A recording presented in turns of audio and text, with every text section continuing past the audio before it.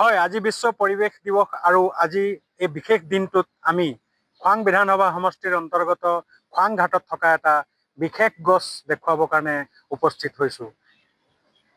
মোৰ কেমেৰা পাৰ্চনে দেখুৱাব, ইয়াতে এটা আম গছ আছে, য'ত ভাৰতৰ প্ৰধানমন্ত্ৰী পণ্ডিত জৱাহৰলাল নেহৰুৱে আহি পিনে 1950 চনতে ৰোপণ কৰিছিল। যিহেতু সেই সময়ত এক বৰ ভূমিকম্প আহিছিল আৰু খোৱাং সমষ্টিৰ যিটো সেই সময়ত এটা বৃহৎ বজাৰ আছিলে সেইটো ধ্বংস কৰিছিল। তাকে পৰ্যবেক্ষণ কৰিবলৈ খোৱাঙত উপস্থিত হৈছিল ভাৰতৰ প্ৰথম প্ৰধানমন্ত্ৰী পণ্ডিত জৱাহৰলাল নেহৰু। আৰু তেওঁ আহি ইয়াত পৰ্যবেক্ষণ কৰাৰ পিছত যিহেতু মৰ্মাহত হৈছিল, কাৰণ এই অঞ্চলত বৃহৎ ক্ষয় ক্ষতি হৈছিল আৰু সেয়েহে তেওঁ নিজৰ চিনস্বৰূপে এটা আম গছ 1950 চনতে খোৱাং চেৰিটেবল ট্ৰাষ্টৰ এই প্ৰাংগণত ৰুই থৈ গৈছিল, যিটো আজি শ শ পক্ষীৰ ঘৰ হৈ পৰিছে। এই গছজোপা তেওঁ ৰোপণ কৰাৰ সময়ত তেওঁ হয়তো নেজানিছিল যে গছজোপা থাকিব নাথাকে কি হয়, কিন্তু আজি খোৱাংবাসীৰ কাৰণে গৌৰৱৰ এটা কথা যে প্ৰধানমন্ত্ৰী পণ্ডিত জৱাহৰলাল নেহৰুৱে ৰুই থৈ যোৱা এই গছজোপা আজি শ শ পৰিভ্ৰমী পক্ষীৰ বাস হৈছে, য'ত বছৰে বছৰে তেওঁলোক বংশবৃদ্ধি কৰে আৰু ইয়াতে নিজৰ ঘৰ পাতিছে। ইয়াৰ কাষতে দেখুৱাইছোঁ 1928 চনত এই সোণোৱাল চেৰিটেবল ট্ৰাষ্টে প্ৰথম দুৰ্গা পূজা অনুষ্ঠিত কৰিছিল আৰু সেই সময়ত তেওঁলোক চিনস্বৰূপে এটা আহঁত গছ ৰুইছিল। এইটো 1928 চনৰ পৰা আজি ইমান ডাঙৰ হৈছে আৰু তাতে শ শ চৰাই বাস লৈছে। সোণোৱাল চেৰিটেবল ট্ৰাষ্টে এই সকলো প্ৰকৃতিৰ লগত জড়িত সকলো গছ আশে পাশে আৰু বিভিন্ন গছ আছে, সকলোতে ইয়াত শ শ পৰিভ্ৰমী বগলী, শামুক ভঙা আৰু দুৰ্লভ পক্ষী আহি বাস লৈছে আৰু তাক তেওঁলোক বৰ্তমান সংৰক্ষণ দি আছে। ইয়াক চাবলৈ দূৰ দূৰণিৰ পৰা মানুহ আহিছে। এক নান্দনীয় পৰিৱেশ, যিহেতু যিমান গছ আছে ইয়াত সকলো গছতে বিভিন্ন ধৰণৰ পক্ষীয়ে আজি বাস লৈ আছে। আৰু পণ্ডিত জৱাহৰলাল নেহৰু ভাৰতৰ প্ৰথম প্ৰধানমন্ত্ৰী, তেওঁ আজি নাই, কিন্তু তেওঁ ৰুই থৈ যোৱা এই গছজোপা আজিও জীৱন্ত আছে আৰু তাতে শ শ পক্ষীয়ে বাস লৈছে। এই সময়ত আমাৰ লগত উপস্থিত আছে সোণোৱাল চেৰিটেবল ট্ৰাষ্টৰ এজন বিষয়ববীয়া। আমি তেওঁৰ পৰা আৰু সবিশেষ জানিম। হয়, কি ক'ব, ভাৰতৰ প্ৰধানমন্ত্ৰীয়ে ৰুই থৈ যোৱা গছ আজি আপোনালোকৰ চেৰিটেবল ট্ৰাষ্টৰ কাৰণে এটা গৌৰৱ আৰু পক্ষীৰ কাৰণে মানে এটা ভাল জেগা পাইছে। হয় হয়, নিশ্চয়কৈ। প্ৰথমে আজি বিশ্ব পৰিৱেশ দিৱসত আমি আপোনালোকক সকলোটিকে আন্তৰিক ওলগ আৰু অভিনন্দন জনাইছোঁ। ইয়াতে যিজোপা আম বৃক্ষৰ কথা আপোনালোকে ইতিমধ্যে উল্লেখ কৰিছে, সেইজোপা ভাৰতৰ স্বাধীনোত্তৰ কালৰ প্ৰথমগৰাকী প্ৰধানমন্ত্ৰী শ্ৰদ্ধাৰ স্বৰ্গীয় জৱাহৰলাল নেহৰুদেৱে ইয়াতে ৰোপণ কৰি থৈ গৈছে। আৰু ইয়াতে আমজোপা ৰোপণ কৰাৰ এটা ইতিহাস আছে।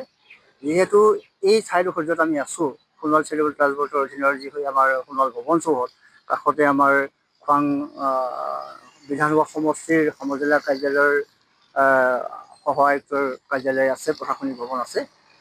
আৰু এই ঠাইডোখৰ অতীজতে অতি প্ৰসিদ্ধ ব্যৱসায়িক স্থান আছিলে। আমাৰ ইয়াতে এখন বৃহৎ বজাৰ আছিলে, সাপ্তাহিক দেওবৰীয়া বজাৰ। সেই বজাৰখন 1950 চনৰ বৰ ভূমিকম্পত অতিকৈ ক্ষতিগ্ৰস্ত হৈছিলে। আৰু যিহেতু খোৱাঙৰ প্ৰাণকেন্দ্ৰ হিচাপে বজাৰখনেই আছিলে, তাৰ কাষতেই আমাৰ আছিলে কল কাৰখানা।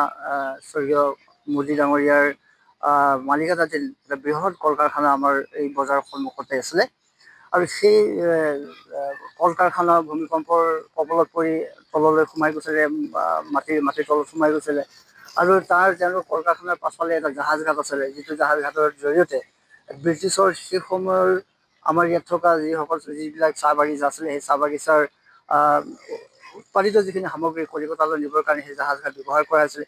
সেই জাহাজ ঘাটো ক্ষতি হোৱাৰ কাৰণে আৰ্থিকভাৱে খোৱাংখন যথেষ্ট সমস্যাৰ সন্মুখীন হৈছিলে।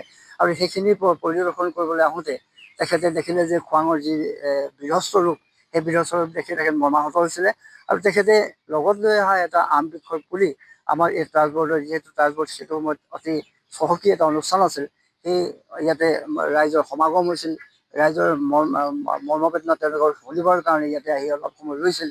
তেতিয়া ইয়াতে আম বৃক্ষতে ৰোপণ কৰি থৈছিলে তেখেতৰ খোৱাঙলৈ অহাৰ চিনস্বৰূপে। আজি সেই আম বৃক্ষতেই প্ৰায় আজি শ শ হাড়গিলাৰ প্ৰজাতি, শামুক ভঙা, বৰটোকোলা, ধনেশ পক্ষী, তেনেকুৱা অনেক প্ৰজাতিৰ মূল্যৱান চৰাই আমাৰ ইয়াত আহি বাসস্থান পাতি বছৰে বছৰে তেওঁলোকৰ প্ৰজন্ম বৃদ্ধি কৰি আহিছে আৰু আমাৰ এই চৌহদত থকা গোটেই গছ গছনিতেই বিভিন্ন প্ৰকাৰৰ পক্ষী বিশেষকৈ আহি ইয়াতে বাসস্থান লৈ আজিৰ তাৰিখত আপোনালোকৰ দৃষ্টিগোচৰ হোৱা দেখা গৈছে।